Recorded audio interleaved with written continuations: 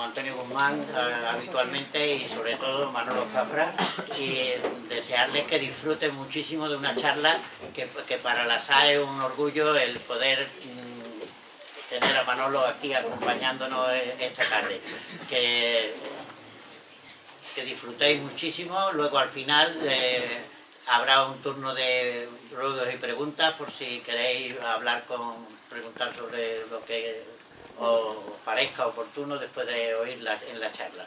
Así que son las 7 en punto, sin más empezamos y a disfrutar como creo que todos pensamos y deseamos, ¿vale? Pues adelante. Gracias. Bueno, buenas tardes. Yo voy a hacer una presentación de Manolo y luego ya después le dejo a él que hable todo. Manolo, bueno, nos ha recibido muchas veces en Granada. La verdad es que de verle hemos ido mucho y siempre que hemos ido a Granada lo hemos tenido allí de referencia, de guía. Hemos ido con la Asociación de Amigos de Juan Lobato, con el Centro de Profesores, con el grupo de Chon, con el CEP. Con el Mavinaque. Yo no sé, me dejaré algún colectivo de manera, Manolo, que está prácticamente con tu gente y en tu casa. Vamos, que lo que queremos también es que lo disfrutes el rato. Yo sé que tú lo disfrutas, nada más que de hablar de estas cosas que vas a hablar, ya sé que disfrutas. Pero bueno, que sepas que estás entre amigos, que mucha gente siempre nos ha hablado de ti cuando hemos ido a Granada y teníamos ganas de tenerte aquí un día, en Vélez, que Vélez te recibiera. Yo no soy veleño, pero casi tengo un pie ya aquí porque estoy aquí casi siempre. Y bueno, entonces en nombre de ellos te hablo. Manuel Zafra Jiménez, os voy a presentar un poco su trayectoria, aunque ya yo creo que lo conocéis. Manolo es de Jaén como yo y nos conocemos desde siempre. Desde que estudiábamos juntos, pues yo que sé, hemos pasado 1000 batallas juntos. Por eso para mí hoy es un placer estar aquí a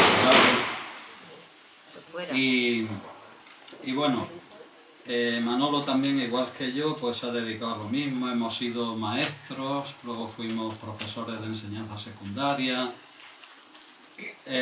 estudiamos geografía e historia juntos en la Universidad de Granada. Luego ya se echó delante de mí y estudió también ciencias de la educación. Yo ya eso no llegué, él tiene algo más, por lo tanto. Manolo ha sido conocido y se conoce sobre todo. Yo voy a dar algunas referencias suyas y a la vez hablo también de algunas publicaciones que tiene, por si alguien las quiere buscar después, pues puede verlo en ellas. Manolo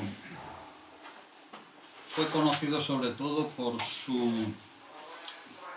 su trabajo en la educación. Como ya he dicho, empezó de maestro como yo y luego pues fue profesor de instituto, director. Y fue conocido en toda España y es conocido en toda España por una experiencia que tuvo en Fuente Vaqueros, otro pueblo también que nos suena a todos muy bien, y a él mucho más que a nosotros, porque ha pasado allí prácticamente toda su vida trabajando. Bueno, pues Manolo tuvo una experiencia en el Instituto de Fuente Vaqueros y de eso escribió un libro que luego lo publicó la Consejería de Educación. Se llama La atención de la diversidad en la ESO. Manolo se atrevió a coger este tema por los cuernos. También lo animaban muchos profesores nuestros como Ángel Pérez, que está por aquí esta tarde también, y José Manuel Esteve, que lo animó mucho por este camino. Por ello quiero que vaya un recuerdo también a este profesor también tan querido por nosotros en esta tierra.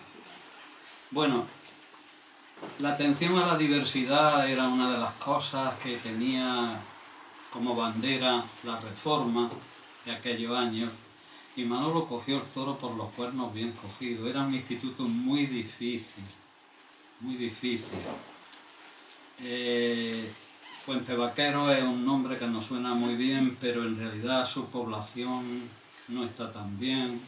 Tiene un porcentaje de marginados, de gitanos, supongo que habrá evolucionado ya que estará, pero en aquellos años era todavía peor y se trataba de enfrentarse en el mundo educativo a esta situación. Y claro, él pensó muy bien, de una manera muy clara, que podía enfrentarse a esto con un proyecto que atendiera a la diversidad. ¿Qué diversidad de alumnos había allí, de gitanos, en fin? Y con un grupo de profesores entusiastas, pues le metió mano a aquello, tuvo unos resultados... No se me oye bien, ahora sí, perdonad. Tuvo unos resultados buenos y entonces ya, pues, bueno, por eso fue conocido, porque lo llamaban para explicar su experiencia en toda España prácticamente, no en Andalucía, sino desde el norte a sur de España. Estuvo explicando este proyecto que él llevó a cabo. Claro, un segundo aspecto que quiero resaltar de él, que también le viene de Fuente Vaqueros. Claro, Fuente Vaqueros a todos nos suena por algo muy importante. Nació allí nuestro gran poeta Federico García Lorca, claro, y Manolo lo tenía allí, y claro, tenía que conocerlo, tenía que estudiarlo, y llegó a ser un gran conocedor de García Lorca, un gran divulgador.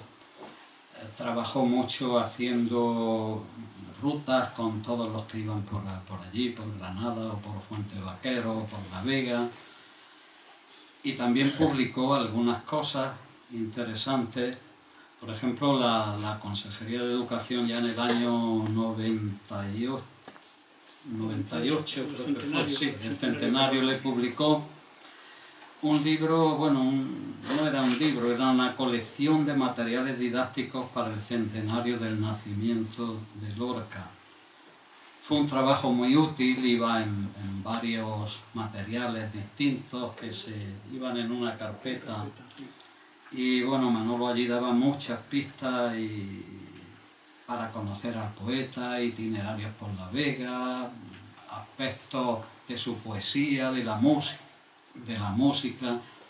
Fue un material muy interesante que hoy no resulta fácil encontrarlo, y es una pena, porque es un material todavía para conocer al poeta muy bueno, muy bueno. También después publicaría otro libro con un colectivo que él... a Manolo le pasa igual que a mí, publicaciones individuales no tenemos siempre con colectivos, con gente, hemos publicado muchas cosas, tanto él como yo, pero siempre ha sido en grupo o con colectivos. Y Manolo pues también coordinó un trabajo sobre Federico García Lorca que quiero citar aquí. Lo hizo con un grupo de investigación de la Universidad de Granada, se llama Senda Clara, y está compuesto por personas del aula de mayores de la Universidad de Granada. Han hecho unos trabajos preciosos, y yo creo que el primer trabajo que hiciste y en este grupo fue el de Lorca, un poeta para un tiempo convulso. Un libro también precioso, donde ellos le meten mano a una cosa muy interesante, y es qué supuso Granada para García Lorca y García Lorca para Granada. Era un poco entrar ahí y es muy interesante porque en la poesía de García Lorca está todo Granada. Él mismo lo decía, Granada lo había hecho poeta a él, a pesar de que él tenía también un resquemor contra Granada por esa burguesía que él critica, la peor de España a veces. Pues Manolo y su equipo entraron en este tema, en un libro que hacen divulgativo sobre García Lorca, sobre todos estos aspectos de su relación con Granada, de su relación con La Vega, de cuando era pequeño. El libro es una maravilla. Este es más fácil de encontrar todavía, creo, se puede encontrar. Bueno, un tercer aspecto de los 4 que quiero presentarle a Manolo, pues su interés por la historia más reciente como historiador, y muchas veces o casi siempre actuando con este grupo, actuando quiero decir investigando o haciendo trabajos de divulgación con su grupo de personas mayores del aula de la Universidad de Granada, se llama Senda Clara, el grupo de investigación.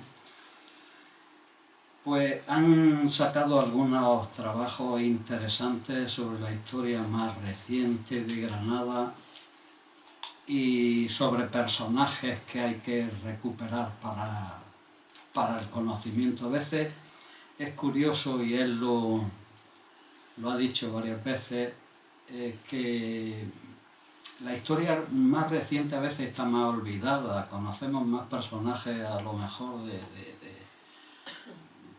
tiempos más pasados y personas muy interesantes, muy importantes de nuestra época contemporánea son más olvidados.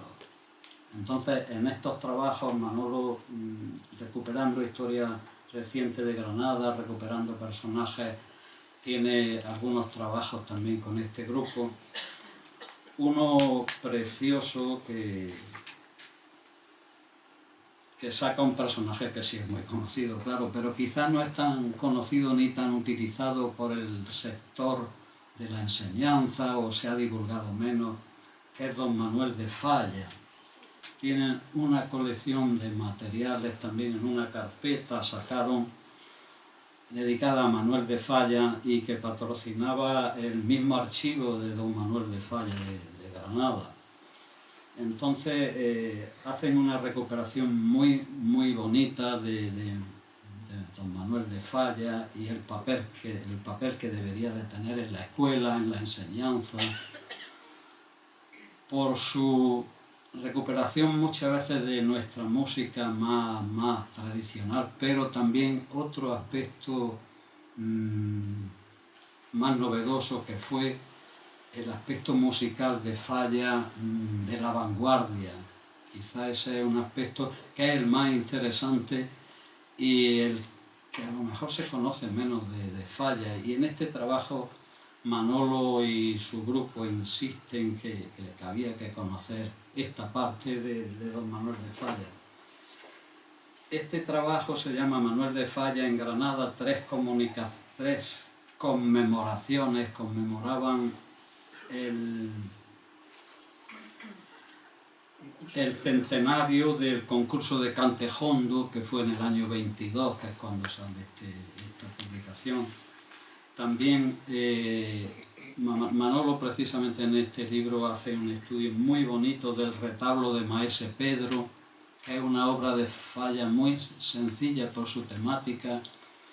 Es una obra de títeres, una obra preciosa, pero muy moderna musicalmente. Bueno, en este trabajo Manolo entra en este tema del retablo de Maese Pedro. Manolo es, lo quiero decir también, otra de sus cosas, que es un gran conocedor de la música clásica, muy conocedor de la música clásica y de la música clásica española, como Manuel de Falla, pues mucho también. Otro trabajo también en este aspecto, que corte, sí, ya corto, ya lo dejo. Ya voy a cortar. Se dedicó a personas de Granada, de la Institución Libre de Enseñanza, una serie de personas muy interesantes, que tuvimos ocasión de comentarlo con él un día en Granada, un grupo que fuimos del centro de profesores, lo tuvimos allí. Actualmente están preparando otro trabajo sobre otra cosa que Manolo el otro día me decía. Echamos en falta, sobre todo para la historia contemporánea en Granada, algo sobre los tiempos de la guerra civil, del exilio, de la memoria. No hay donde y algunos profesores se quejan de eso y siempre nos hemos quejado en la enseñanza. Nunca llegamos a dar. La guerra civil nunca se llega a dar. No sé si es porque es lo último o porque se pasa también por el... Porque no hay materiales tampoco, los historiadores locales no le han metido en eso. Bueno, pues actualmente están en una historia de ese tipo. Por último, y con esto acabo, y te dejo tranquilo, y a ustedes también. Actualmente Manolo lo que hace, se jubiló de profesor y hace ya que nos jubilamos unos años, y desde entonces guía voluntario del Museo de la Alhambra. Y ahí es donde él disfruta y donde él se siente de verdad totalmente realizado, recibiendo grupos de niños, de mayores, y explica la Alhambra de una manera, el Museo de la Alhambra de una manera maravillosa. Haciendo parte de eso, el Museo de la Alhambra hace también que todos estos guías voluntarios pues les encarga que hagan una vez al año una conferencia para la gente. Esta conferencia se hace allí en el Palacio de Carlos V, acude mucha gente. Y Manolo ha hecho unas conferencias, este año por ejemplo ha dedicado a esta parte de la Alhambra que es el peinador de la reina, pero el año pasado hizo una conferencia preciosa que es la que vamos a tener ocasión hoy aquí de escuchar, ¿eh? Entonces ya, Manolo, te dejo, muchas gracias, estamos muy contentos de tenerte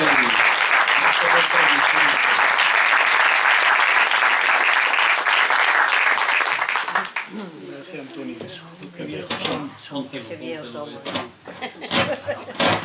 Bueno, pues Antonio, muchas gracias, y muchas gracias a la SAC que me ha traído aquí.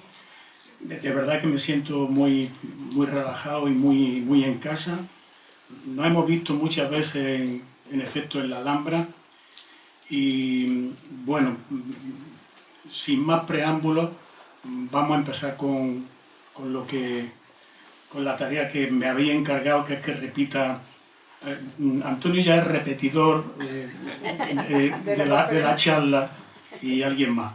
Entonces, bueno, empiezo ya sin más preámbulos, dando mucho, de verdad, las gracias por la acogida cálida siempre que vengo aquí con vosotros, a Chon, a Salvador, a todos, ¿no? A todos los que montáis este tinglaillo que tanta envidia nos da, ¿no? A los que venimos de fuera, porque tenéis una movida preciosa, una sociedad muy viva, un grupo muy vivo de personas preocupadas por la cultura y por fomentar los valores de libertad y de paz, y por los valores que siempre hemos defendido.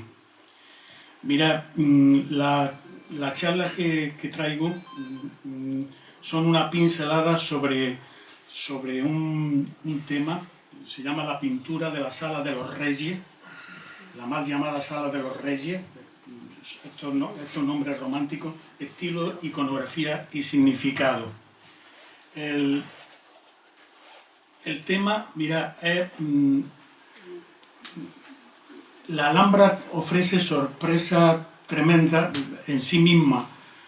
Es una sorpresa porque es el último reducto de un país islámico sobre el que no siempre se ha reflexionado, ni siquiera la investigación, queda mucho por investigar, porque mirad, el tema que traemos aquí esta tarde es apasionante en el sentido de que cuando visitamos el Patio de los Leones, y yo que lo visito con mucha frecuencia y veo pasar a los turistas y a los grupos escolares, y pasan al fondo, el Patio de los Leones es un espacio, el último espacio íntimo de los palacios.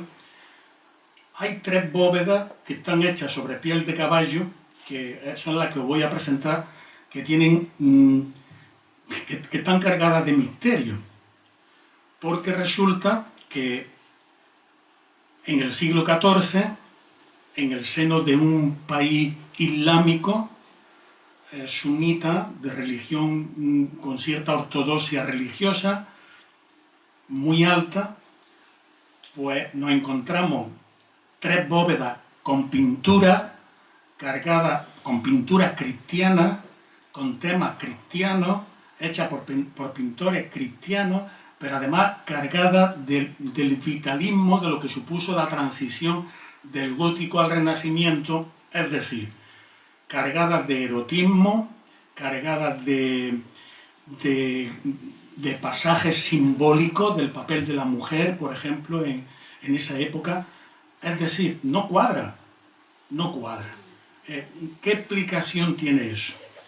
Pues me adelanto para hacer una reflexión de muchas conversaciones que he tenido con Antonio y de las observaciones que he hecho yo como observador pasivo allí en el mundo científico y de investigación que observo en la Alhambra.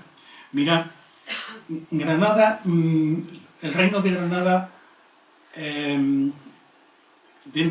como país islámico que fue, hay zonas en sombra que no conocemos y que están abiertas a la investigación, como el imaginario compartido, el imaginario que tiene la élite y ciertas capas culturales de la sociedad nazarí y su contacto con el extranjero, su contacto con Europa.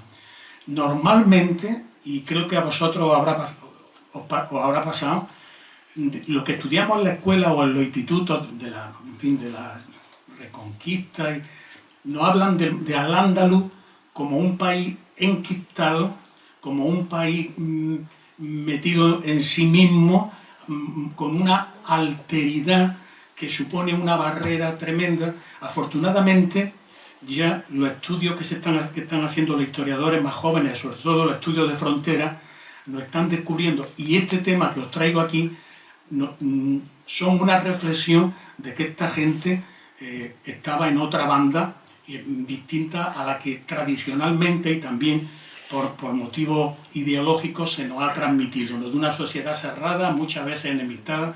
Mira, las pinturas de la Sala de los Reyes tienen una belleza y son excepcionales porque no hay otro acontecimiento igual en todo el mundo. O sea, dentro de un país islámico, en pleno siglo XIV, con gente aparentemente de otra mentalidad y de otra cultura distinta, cómo admiran y cómo proyectan hacia arriba, cómo hacen un imaginario y hacen de esta pintura un desideratum, un nuevo paraíso y una forma de abrirse a la mentalidad a las diferentes mentalidades y corrientes europeas más modernas. Es quizás lo que... Porque esto que os voy a mostrar está pintado por pintores cristianos por encargo de Muhammad V, del gran sultán nazarí. Os voy a hablar un poco de esto. Los estudios que se han hecho sobre las pinturas tienen como dos puntos de focalización. Curiosamente, los que más la han estudiado y de los que más he aprendido ha sido de los restauradores, hablando con ellos y viendo su documentación cuando le han tenido que meter mano a unas pinturas maltratadas. Es un milagro que eso esté ahí. Y es curioso porque todo el mundo pasa desapercibido, nadie las valora, ¿no? De esto apenas se habla, ¿no?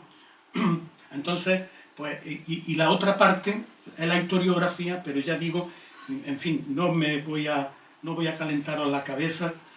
Sí os digo que en la Alhambra hay 3 programas iconográficos de pintura que pasan desapercibidos.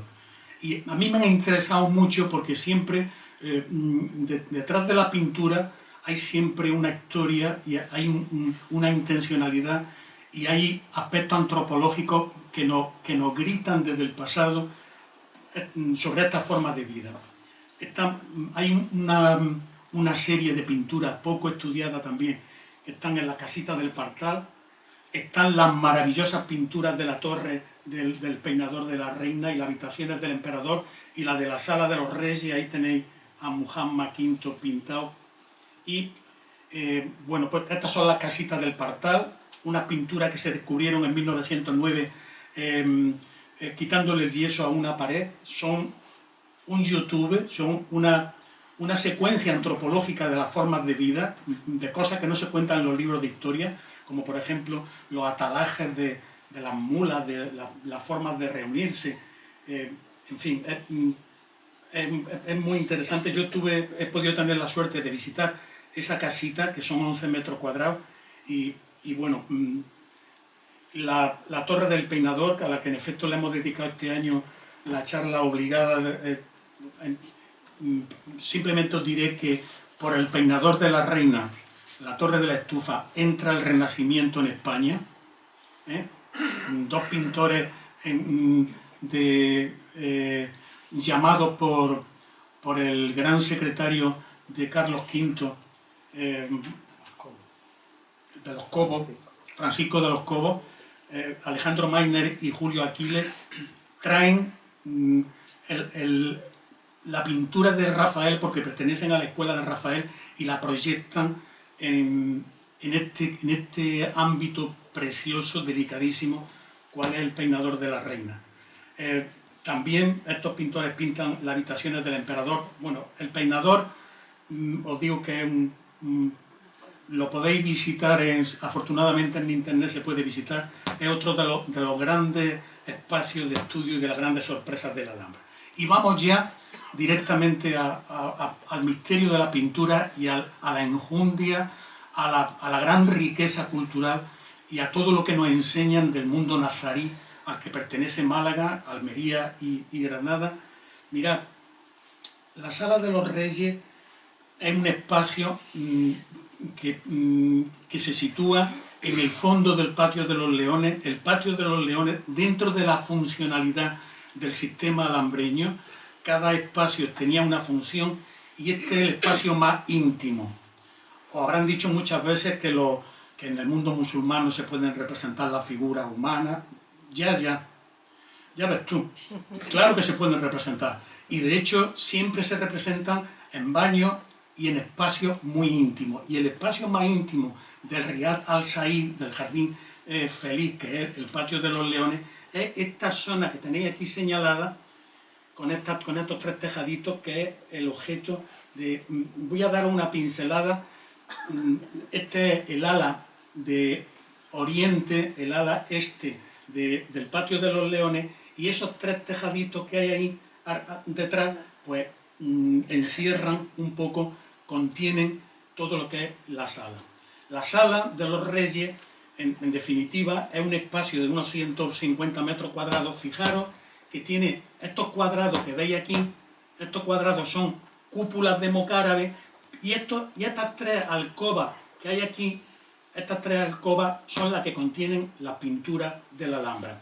Fijaros la estructura, porque otra de las cosas maravillosas que tiene la Alhambra, yo le digo a los visitantes que es el producto final de una trayectoria cultural que nace en Oriente, pero que también nace en Grecia, en Atenas, en el helenismo.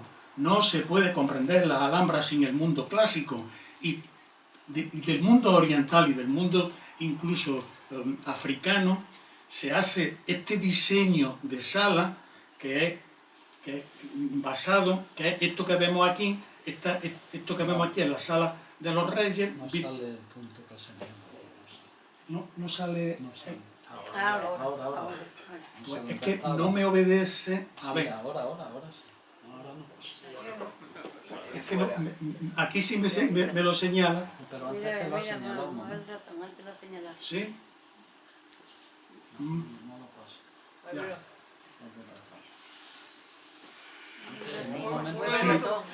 Mueve el ratón.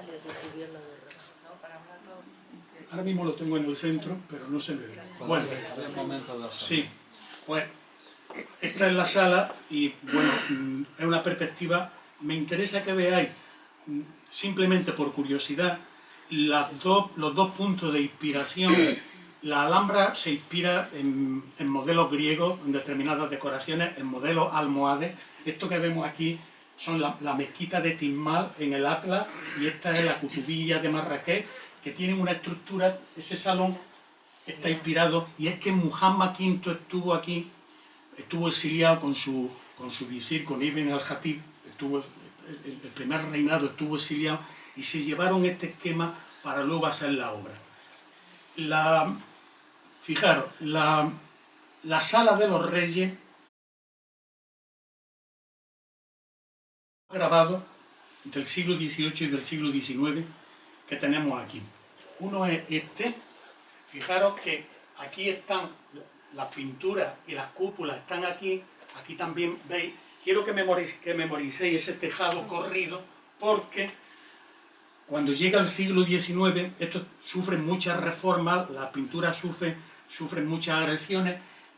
Ese espacio que hay ahí se utilizó como capilla, se utilizó de muchas maneras, y en el siglo XIX lo que se hizo fue que un arquitecto adornista desmontó el tejado, puso ese cupulín que veis aquí en el Patio de los Leones, desmontó el tejado, y desmontando el tejado corrido que tenía, pues se desprotegieron las pinturas muchísimo. El hombre que hizo esto, el arquitecto adornista que hizo esto fue Rafael Contreras, y es que el siglo XIX es un siglo de muchas agresiones, porque estaba de moda, se puso muy de moda en toda Europa el orientalismo, el querer recuperar o el querer disfrutar en Europa de los paisajes de Oriente, y la Alhambra se orientaliza, y una de las cosas que se hacen, de las reformas que se hacen, es quitar ese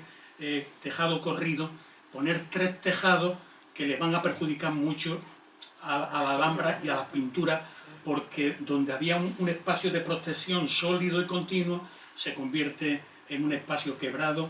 Y os cuento esto, aquí, esta es una fotografía donde se acomete la obra a mitad del siglo XIX, y fijaros, esta es la obra que se hacen, o sea, de un espacio corrido se pasa a 3 tejados que tienen cúpulas que dan al Patio de los Leones, y esto que vemos aquí, y esta parte de aquí, esta y esta, son las que albergan la cúpula de madera, que la vamos a ver ahora muy bien, de la pintura de la Alhambra. Bueno, las pinturas están sobre un armazón, tienen forma abarquillada, y con unos anillos que las hinchan, y esta es la parte exterior. Esta foto está sacada antes de acometer la restauración de esa estructura, que hubo que restaurarla entera por los daños que sufrió la nueva estructura en 3 tejados. Y aquí tenemos la parte, en este esquema, en este corte, son los tablones, están los tablones estos, están unidos, y la piel de equino es esta de aquí. El análisis mitocondrial ha dado como resultado que se trata de piel de caballo sobre la que van pintadas las figuras estas. Fijaros, entre 2003 y 2015 se tiene que abordar una restauración de los tejados y desmontarlos, porque se destruía la estructura de la Sala de los Reyes y la propia pintura de los Reyes. Entonces, Pedro Salmerón, uno de los arquitectos conservadores de la Alhambra, entre el 2003 y el 2015, ideó esta estructura en U, esta estructura corrida que protege a las pinturas, y introdujo, aquí la vemos, esta parte de aquí es esta ya nueva, ahora la vais a ver mejor. Gracias a esto, gracias a unos trabajos que se han hecho, la armadura, por ejemplo, se ha renovado, se han renovado también todas las bóvedas abarquilladas, se han limpiado, se han barnizado, se han restaurado, y se le ha puesto a la nueva estructura se le han dado puntos de acceso y para mantener, porque bueno, entran pájaros, llueve, y entonces actualmente el acceso a la limpieza del entorno, de las pinturas, incluida la sala esta de la armadura del tejado, pues, y aquí tenemos las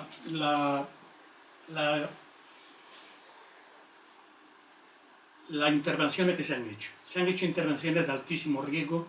Es un auténtico milagro que desde el siglo XVI, ya os he dicho que en el siglo XIX desde que se sustituyó el tejado por los múltiples, los 11 tejados, las pinturas han sufrido muchísimo. Aquí tenéis, por ejemplo, en qué estado estaban allá en los años 60, uno de los motivos más bonitos que es los jugadores de ajedrez. Ahora lo vamos a ver un poco mejor. Se han hecho barbaridades. En el año 1960 hubo una intervención a grosso modo que destruyó parte de la pintura. Últimamente las que se han hecho ya pues tienen otro criterio. Las pinturas de la Sala de los Reyes han suscitado desde el mundo, desde antiguo, mucho interés, y sobre todo ya en el siglo XVIII, y sobre todo vinculada a la Real Academia de Bellas Artes de San Fernando, las pinturas se perdían, y entonces mandaron a pintores que sacaran copias, sobre todo a Diego Sánchez de Sarabia, que va a sacar cartones, va a sacar copias, cartón, dibujos, porque estaban en peligro. Entonces, desde esa época a la época actual, a estas restauraciones que yo he vivido, ahora se han hecho 3 restauraciones. En una primera fase se hicieron estudios previos. Ahora, y eso es una de las enseñanzas de Torres Balbás, es que antes de intervenir en cualquier monumento hay que hacer un estudio previo muy profundo, antes de hacer los estudios comparados. Después, en una segunda fase se abordaron las cubiertas que hemos visto y todos los reversos, toda la parte externa de la barquilla.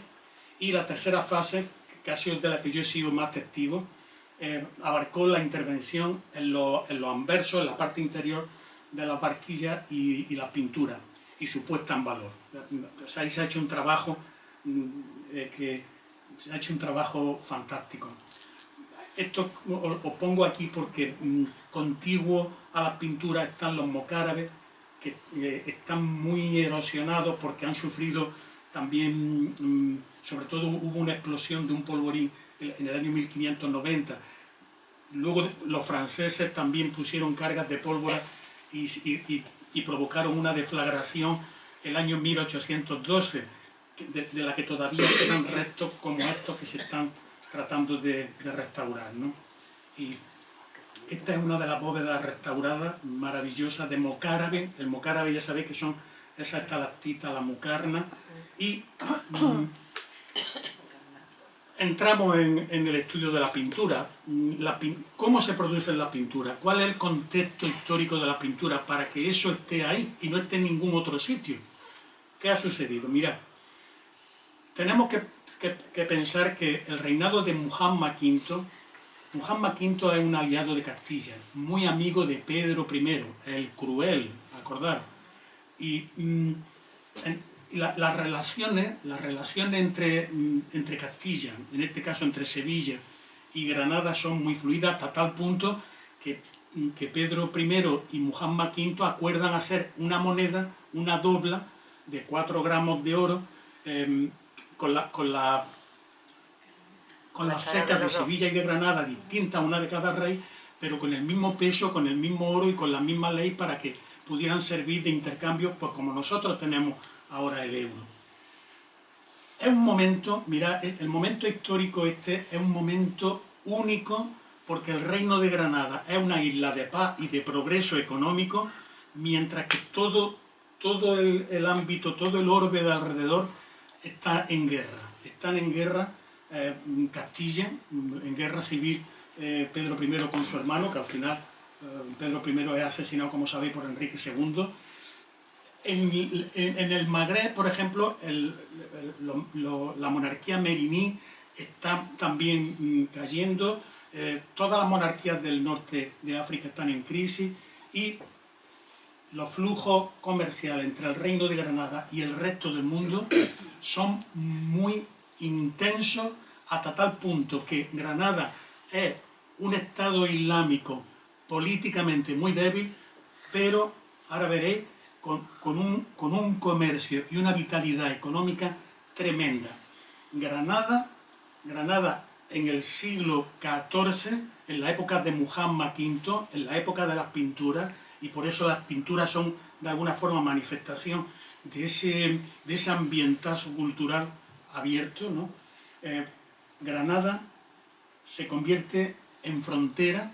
Los estudios de frontera nos están dando conocimientos sobre la vida cotidiana y la economía muy interesantes. Aquí en Granada pues, tenemos pues, al padre de los estudios de frontera, que es José Rodríguez Molina, nuestro querido amigo Pipo, que encabeza una escuela de historiadores dedicados a esta integración de la alteridad. Es decir, nosotros somos un Estado islámico, pero todos los flujos culturales que nos interesan, y lo vamos a ver ahora de forma fehaciente, los estudios de frontera y las relaciones humanas eran muy fluidas. Y subrayamos esto porque es que ya está bien de hablar siempre de lo mismo, de un ambiente enfrentado, de ellos, de la invasión, del fundamentalismo religioso. En las relaciones humanas y los valores humanos que emanan de esta época eclipsan todo lo demás. Fijaros, de las relaciones comerciales, Granada se comunica a través del puerto de Málaga y de Almería con una red de comunicaciones que, fijaros, la chica de la nobleza europea, estoy hablando incluso del norte, estoy hablando de Noruega y de Suecia, de Gran Bretaña, la chica de la nobleza europea y de la nobleza castellana, las monjas que ingresaban a la fuerza porque no le encontraban el novio de su nivel, el marido de su nivel en esta época, en el siglo XIV, que ingresaban en el monasterio de la Huelga, la juventud aristocrática querían llevar siempre en su ajuar dos cosas de Al-Ándalus. Y las dos cosas, una de ellas se hacía en Málaga, ahí en la calle Chinchilla, la cerámica de reflejos dorados y la seda. El puerto de Málaga, el puerto de Málaga era lugar de difusión, y a través de los mercaderes de Valencia, con Génova, con Montpellier, con la República Italiana, se encuentran en los museos, por ejemplo en el Victoria and Albert. A mí me sorprendió hace unos años que es que tienen un montón de seda, de cerámica, de azulejos, pero es que en el Louvre las cerámicas vuelven a aparecer. En las Huelgas de Burgos hay todo un museo de sedas de las monjas, del ajuar de las monjas, de seda granadina. Es decir, mira, Granada, el reino de Granada tenía un comercio potentísimo. Y de ahí la permeabilidad del intercambio y de apertura por parte de los sultanes granadinos con respecto a la economía. Con respecto a la cultura, estamos viviendo una época de explosión apasionante, interesantísima, que llega también a Granada. Mirad, es la época de Dante Alighieri o de nuestro arcipreste de Ita, es la época de Ibn Battuta, de Ibn al-Jatib, la obra, los tratados médicos de Ibn al-Jatib son maravillosos. Ibn al-Jatib es el que en esta época es el que lanza una teoría sobre el contagio. Por primera vez él describe, sin conocer los microbios ni las bacterias, él dice que un vector transmite a través del aire y del agua las enfermedades. Entonces el aislamiento y la asepsia y la limpieza son fundamentales. Bueno, Ibn al-Jatib es un personaje, Ibn Khaldun también de esa época, Ibn Samrat, que es el gran poeta. Es una época en que filosóficamente está penetrando en la transición del gótico al renacimiento y se están abandonando la idea escolástica, la explicación del mundo a través de la Biblia. Ahora es Aristóteles, ahora es la vuelta a la racionalidad la que se abre camino. Y eso pues llega también a Granada como valor, y las pinturas lo reflejan. Fijaros qué curiosa es esta pintura que tenéis aquí. Se encontró en el Patio de los Leones en un capialzao de una escalera. Fijaros, esta pintura es gótica, una pintura sienesa, si os acordáis de historia del arte. Y la pintura sienesa, en la evolución del Trecento italiano, del gótico al renacimiento, esta pintura se caracteriza, por ejemplo, porque todavía emplea los dorados de fondo. Las arquitecturas son todavía un poco desproporcionadas, como las que nos vamos a encontrar ahora en las bóvedas de la Sala de los Reyes. Dos guerreros están luchando. Claro, esto está hecho en madera de roble, y algún bestia en el siglo XIX vio que era una tabla muy buena para poner un capialzao y poner una puerta con el gozne, y nada, y lo partió, y en el siglo XIX alguien se la encontró y la arrumbó. Pero en el siglo XX y en el museo se ha restaurado, y fijaros la sorpresa. La pintura, que es sienesa y que está fechada por dos investigadores del museo, uno, don Antonio Fernández Puerta, sobre todo como investigador principal, es de 1380, y vamos, recoge, está hecha en Siena, según ellos. Mirad, hay una cartela arriba, que yo le he dado la vuelta a la cartela, y si la veis, dice: Dios vencedor, solo Dios es vencedor, solo Dios es vencedor. ¿Sabéis lo que es eso? El lema de la Alhambra, Wala Gáliba illa Allah, que se repite miles de veces en la Alhambra. ¿Qué ha pasado? ¿Quién ha traído esa tabla aquí? Pues hay dos, porque está hecha, es profeso, está encargada. O es de un mercader de lo que trataba con la seda, con los reyes o con los visires, o es un encargo del propio sultán, de Muhammad V. Porque es que ese lema no se emplea en otro sitio. Y ese cuadro se compró, se encargó, esa tabla se encargó para la Alhambra. Entonces la tenemos en el museo. Normalmente pues no se le explica a los visitantes, pero realmente, bueno, en fin, es la manifestación de una monarquía, de una sociedad, por lo menos en la parte, lo que es la élite, pues muy formada, muy culta, muy informada. Bueno, pues aquí tenemos las tres pinturas, las tres bóvedas que vamos a analizar rápidamente. Mirad, desde luego el mundo científico tiene ya fijada la fecha de cómo se hacen estas pinturas, cuándo se hacen, y es la década de 1380. Nada más terminarse. Fijaros que el Patio de los Leones se termina en el año 1379, lo termina Muhammad V. Siempre hablamos del mismo sultán, que es el canto del cisne. Después de Muhammad V ya viene la decadencia. En el siglo siguiente, Muhammad V se muere en 1391. Cuando nos metemos ya en el siglo XV, ya empieza la guerra de Granada y ya empieza la decadencia, ¿no?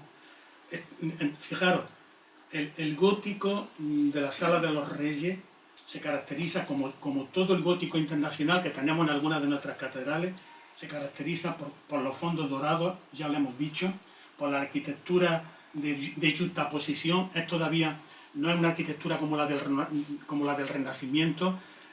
Existe una desproporción todavía entre la figura humana y la propia figuras. Fijaros, aquí tenéis, por ejemplo, en el juego de ajedrez, tenéis un ejemplo. En fin, es todavía... hay un intento ya de expresión psicológica y textual que en la pintura esta es alucinante, se adelanta a todo el gótico incluso.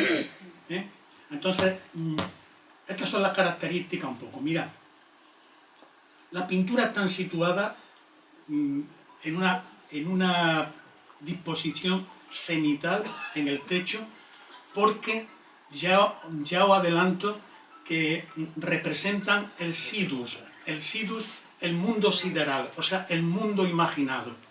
Yo dándole vuelta, porque la he visto casi al microscopio, la he visto en directo, pero sobre todo la he visto con la técnica que nos ofrece hoy esto, pues claro, puede ampliar y es alucinante. Mira, se trata de esta bóveda, fijaros que tiene una disposición simétrica en espejo. Esta es la bóveda que da al norte, la que está al fondo, en la ventanita esa que he puesto ahí como referencia, es el albaicín. Entonces la disposición de la bóveda es el espejo, el cielo, el sidus, el mundo etéreo, el cielo y dos temas. Ahora vamos a analizar despacio para que veáis, pero sobre todo, mientras que yo explico y os enrollo esto, fijaros los detalles que podáis observar dentro de lo que se puede ver, ahora que lo voy a dar ampliado. El origen están realizadas por un pintor del taller cristiano, seguramente enviado por Pedro I o Enrique II, dentro de esas relaciones de permeabilidad. La cronología ya os la he dicho, y diréis vosotros, bueno, ¿y por qué dicen que en 1380? Si vierais el estudio tan precioso, tan meticuloso, tan exhaustivo que se ha hecho para llegar a esa conclusión, y sabéis cómo ha sido, a través del vestido. Una catedrática de la Complutense, Carmen Berniz, ha hecho un estudio comparado de los vestidos, de las sayas, de la ropa masculina, de la moda, que es un tema apasionante, de la moda en Palermo, en Florencia, en Siena, en Burgos, y de la conclusión, la concomitancia de esos vestidos y la coincidencia con estos vestidos es lo que hace que sean, claro, muchos de los encargos y muchas de las pinturas que hay en catedrales que tienen personajes, sobre todo santos, vírgenes, que están vestidos a la moda de finales del XIV, pues como los contratos de los pintores están por escrito y están fechados y están muy detallados, sobre todo, por ejemplo, en Palermo, ¿no? y en Siena, pues claro, es que hay una coincidencia que estas pinturas se hacen con el estilo del gótico internacional correspondiente a la década de los años 80. Tanto Carmen Berni como Antonio Fernández Puerta tienen el estudio hecho así, ¿no? Las temáticas son la fuente de la juventud, ahora lo vamos a ver, y otras temáticas colaterales, porque quiero enseñaros los detalles. Mirad, las temáticas en esta primera, en la parte de abajo, es la fuente de la juventud o fuente de la vida. Y la casa como manifestación de homenaje ante la conquista amorosa. La fuente de la vida, la fuente de la juventud, es un tema que se repite mucho en la literatura provenzal de alto contenido erótico. Fijaros en la imagen esta de la izquierda, de este pintor de Giacomo Giacheiro, del Piamonte. Esta fuente de la vida, fuente de la juventud, que se repite, es un tema que se repite en Camafeo de la Señora, que se repite en muchos objetos medievales. En la fuente de la vida, en el imaginario ese de transición ya aristotélico más libertino que hay entre el XIV y el XV, pues es esa fuente soñada en la que los viejos y las viejas nos metemos, nos bañamos y salimos jóvenes y con muchas ganas de marcha. O sea, ¿Dónde están? Eso es. La fuente de la juventud es un desideratum que se repite mucho en la literatura provenzal y que tiene muchas referencias en los cantos de los juglares. Normalmente los temas son la caza del jabalí a caballo, ahora veréis por qué, o la caza del oso, la caza. Y en este caso también la caza del león a caballo y un noble con espada, que lo vamos a ver ahora con un poco más de detalle, en la primera tabla. Fijaros, aquí tenemos una dama cortejada. Fijaros qué cosa más preciosa, ya empieza a recordar, ¿os acordáis de la consagración de la primavera, de Botticelli, o del nacimiento de Venus? Pues fijaros ya cómo va runta. Mira, a mí lo que me ha sorprendido de estas pinturas es que tienen un relato coherente.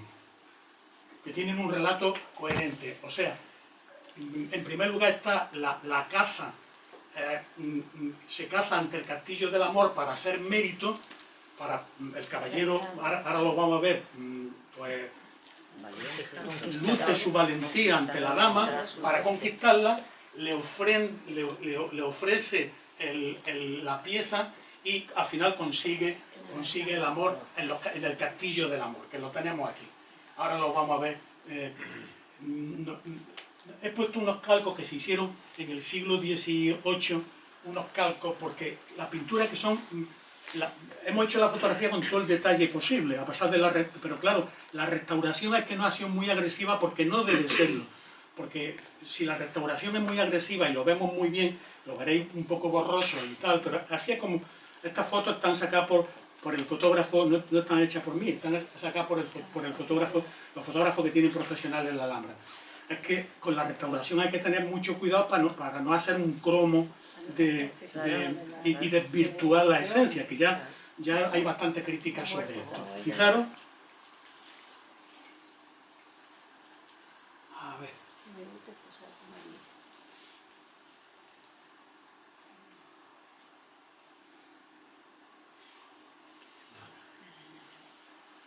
Mirad, la otra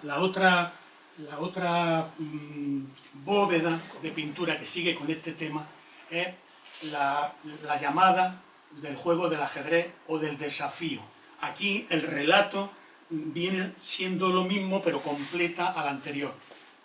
Como veis, esta es la sala sur, el lado sur de la sala de los reyes, y aquí se sitúa, en el fondo, aquí está la primera que hemos visto, la que acabamos de ver, y al fondo está esta primera que tiene dos castillos de amor y unos jugadores de ajedrez que tienen también un profundo significado simbólico. Os recuerdo que estamos en la Granada nazarí, en un estado islámico. Porque claro, esto no es la Catedral de Toledo, es la Alhambra. Es que es de verdad sorprendente. Mirad, los temas son estos: el juego de ajedrez, el caballero nazarí que casa a una sierva, que es el número 2, ese. Fijaros los jubones que sirven de estudio a Carmen Berni para fechar la lucha con el león, el 3, ahora lo veremos más despacio, el duelo en la frontera, que es el único caballero nazarí que aparece, luchando con un cristiano. El castillo y la dama, y un sátiro herido que tiene su significado simbólico también, pleno de erotismo y del papel que juega la mujer. Fijaros, la dama y el caballero jugando al ajedrez, que se repite, vamos, el tema del ajedrez, ya sabéis que en el mundo musulmán tiene muchísima importancia, y en el mundo castellano y en la literatura, pues el ajedrez supone también un juego de conquista, ¿no? Supone un juego, el juego amoroso de la conquista de él a ella, y también aparece mucho en la poesía juglaresca y trovadoresca, ¿no? Aparece también en el Tristán y Isolda y en muchas publicaciones, en muchos libros musulmanos, en el Khalil Edimna. Aquí tenemos al caballero nazarí abatiendo a una sierva ya con más detalle, y otro luchando con un león. Y quería yo Aquí está. Aquí se ve el duelo mortal. Fijaros, ella subida ahí del castillo, está observando el duelo. Y aquí abajo tenemos al caballero contra el salvaje y la dama sujetando el león, otro tema que aparece mucho en los capiteles góticos, sobre todo del mundo gótico. La dama sujetando al león es la dama que controla las pasiones, ¿eh? Y es la que, en fin, la dama virtuosa, en tanto que, pues, nada, mirad, las claves y originalidad de la pintura de la Sala de los Reyes, de la Alhambra, como veis, son primero la convivencia armónica de una iconografía musulmana con la cristiana, haciendo ya un poco de síntesis, un dinamismo narrativo. Esta es otra sorpresa. La pintura gótica suele ser una pintura un poco hierática todavía, ¿no? Hasta el Renacimiento, bueno, el movimiento es contenido, sin embargo ya veis aquí qué dinamismo tiene. Estamos hablando del siglo XIV, de Granada, ¿eh? El jardín edénico es el marco de una poética amatoria, que es la que impulsa esto, en la que está presente el amor cortés, que es muy comprendido porque en el mundo musulmán es el amor udrí, el amor también pues el amor romántico, el de la idealización de la dama, que al final pues bueno, la finalidad al final es casarse y procrear, ¿no? Pero hasta conseguir eso pues hay todo un proceso que en la Edad Media pues eso. Los elementos son elementos yuxtapuestos, todavía no están bien coordinados, pues claro, y bueno. Pero mira, este es un espacio, yo he pensado, que me he pasado rato allí, solo, debajo de las pinturas, y claro, las pinturas estas que tienen un relato que permite generar muchas narrativas. ¿Qué quiero decir con esto? Imaginaros, estamos en un espacio íntimo y el sultán se reúne con los amigos o con su consejo de ministros, con su más allegado hombre, y miran hacia arriba, en un mundo en que no había televisión, en un mundo en que no había, donde no había iconografía, en un reino escaso en iconografía. Esto da lugar a muchas historias, o bien a referirse a referencias literarias conocidas, o bien a experiencias humanas de los presentes. Es decir, el espacio narrativo que se da en las tres bóvedas da muchísimo juego porque esa proyección del Sidhu siempre va con la intención, con la ilusión, con el idealismo, con la sublimación de una vida mejor imaginada. La tercera bóveda, la bóveda central, es la mal llamada Sala de los Reyes o de la Justicia. Digo mal llamada porque no son reyes. Por la cara, por el aspecto, por la estructura, el único que puede estar retratado es Muhammad V, que tiene la gorra roja. Los demás, todos van vestidos con la espada nazarí, con la jineta nazarí, terminada en esfera, con los cintos. Son distintos todos. Fijaros, este personaje que es joven, que no tiene barbilampiño, y los otros pues, mayores, parece ser la hipótesis de don Antonio Fernández Puerta, que son consejeros, no son reyes. Pero claro, el romanticismo, con todo, ya sabéis, con todo eso del suspiro del moro y llora como mujer lo que no supiste defender como hombre. Toda la historia esta, pues claro, parte de los nombres que tiene la Alhambra están puestos en épocas románticas y no tienen nada que ver con el uso, ¿eh? Entonces se le puso Sala de los Reyes o de la Justicia, pero no. Creemos que son personajes de la corte, casi todos centrados por Muhammad V. En fin, los personajes son estos. Vamos a ver algunos detalles de ellos, ¿no? La bóveda central, pues veis, son, ya lo he dicho, ¿no? variedad de edades, tienen espadas jinetas. En los números 2, 4, 8 y 9 que hemos visto tienen la adorra bicolor. Unos llevan turbantes, excepto Muhammad V, que si es Muhammad V, que lleva una adorra roja, como veis aquí. La proyección la tenéis aquí, ¿no?, de cómo el detalle, ¿no? Y la jineta, que esa es la auténtica, la jineta es la espada de desfile, una del sultán, ¿no?, que se repite en todo. Este es quizás el más nazarí, pero las ropas no son nazaríes, ¿eh? Los turbantes sí, son ropas, son adorras que se usan en el mundo cristiano. Bueno, lo apasionante de esto son los detalles, ¿no? Fijaros el retrato ya, la fuerza psicológica que tiene la mirada. Estamos hablando de 1380, Granada, reino nazarí. Es que de verdad a mí me ha sorprendido mucho personalmente y me ha hecho reflexionar y replantearme mucho mi imaginario histórico, ¿no? Que al final te lleva a que no sabemos nada, es que no sabemos nada del ambiente. Muchas veces lanzamos juicios. Fijaros qué curioso. Esto, hay un artículo precioso de este investigador ya desaparecido, Fernández Puerta. Están haciendo el Patio de los Leones. Están haciendo la sala de las dos hermanas artesanos nazaríes. La sala de las dos hermanas tiene una época árabe y tiene una zona de techos de madera, de un alfarje de techos de madera hecho con lamas de madera. Y fijaros, al lado, en la sala de los reyes, están los pintores cristianos con la historia esta que os estoy contando.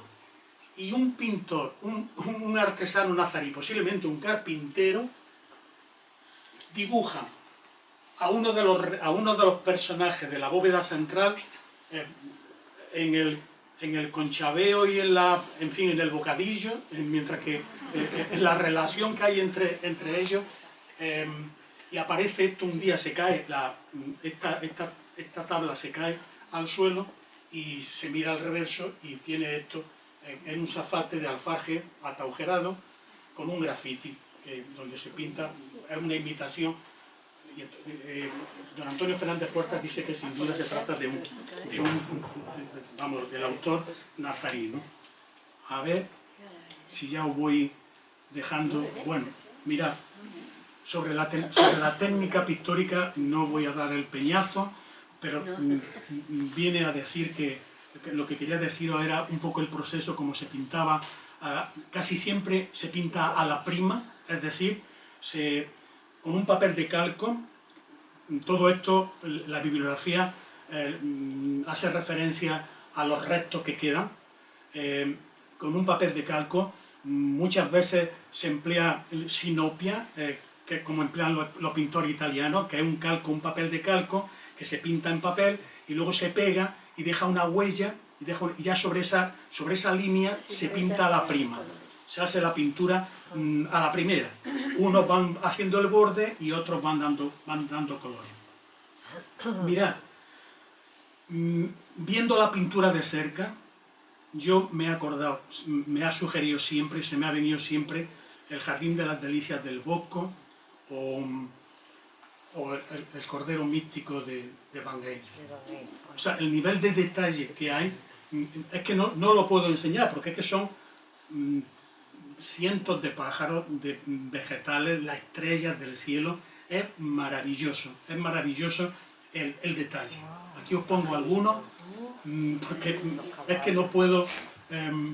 Mirad, para terminar, deciros que personalmente pienso que las pinturas de los reyes de la Alhambra demandan nueva vía de investigación. No sabemos si fue un taller, parece que fueron 3 talleres. De dónde procedían los pintores. Sabemos que están influidos por el mundo sienés, por el Trecento, por su ubicación y formato único. Constituyen una manifestación de poder y de propaganda de Muhammad V, una proyección hacia adentro y también hacia afuera. Estas pinturas se explican en un contexto de una sociedad abierta a corrientes burguesas, a las corrientes burguesas del gótico. nos hablan de una élite nazarí próspera, capaz de compatibilizar poética europea en su imaginario, algo único. Esto no tiene precedentes, no hay otra cosa parecida en ningún sitio. Es importante, no se entiende sin la permeabilidad, sin los estudios de frontera, sin las relaciones.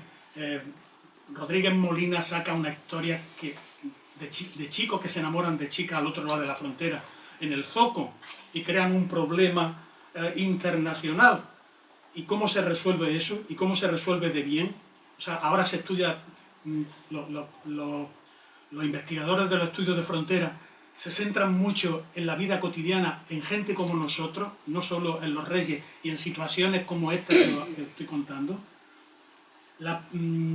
Y por último, se explican como una proyección del imaginario en el mundo musulmán, el paraíso.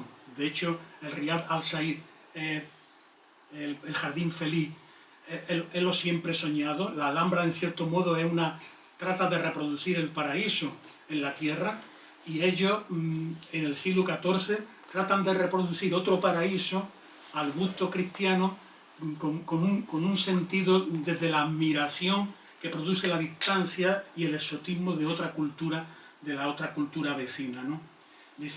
Por lo tanto, se trata de una actitud hacia la multiculturalidad. Yo la juzgo maravillosa, ¿no? Porque, claro, pensando en lo que hemos pensado siempre, pues esto nos lleva a la conclusión de que esta gente pues valoraba.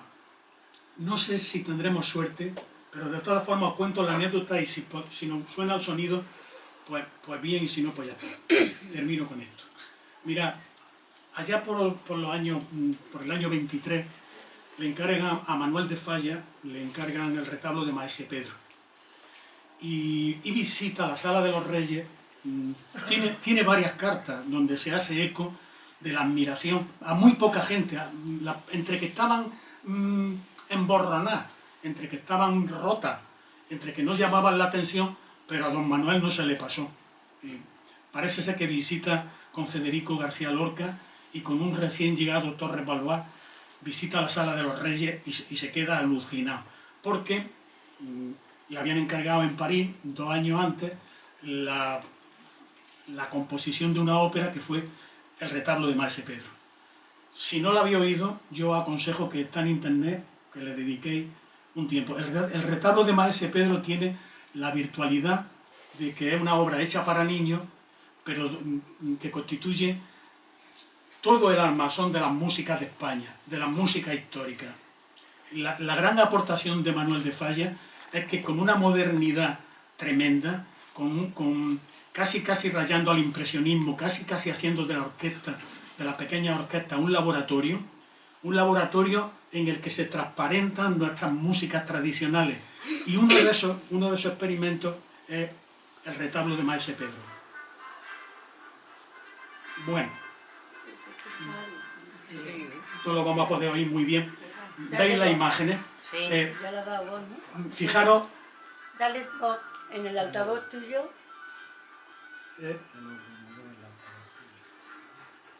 Antes hemos hecho la prueba y sí podíamos, pero no.